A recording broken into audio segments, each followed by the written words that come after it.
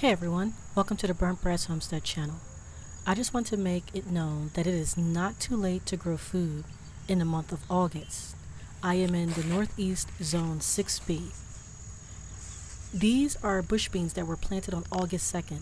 I expect them to produce a lot of string beans to be harvested before the first frost, at which point they will be canned and frozen to enjoy during the cold season. Other vegetables we recently planted or are going to plant in August are collard greens, chives, cabbage, kale, spinach, and mixed lettuce. We have young volunteer squash that also just started growing in our compost pile. We plan on getting an abundance of squash from it before the first frost. Squash grows really fast, especially during the summer, so try planting summer squash to see how well that does.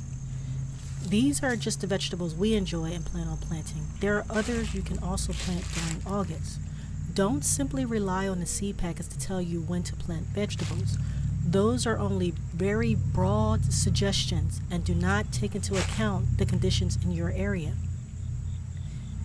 And because the soil is warm, seed germination seems to be so much quicker. So don't just follow the recommendations on the seed package. Check for yourself how far in the season you can grow your favorite crops. Anything that takes 30 to 80 days until harvest, I personally would plant in my area. For example, I plan on planting Brussels sprouts in the greenhouse. It takes Brussels sprouts about 85 to 100 days before harvest.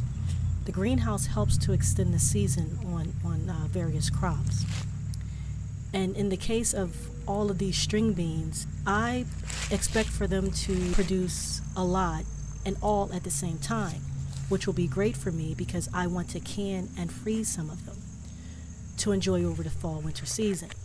So don't think it's too late to grow food from seed to stock your pantry and your freezer.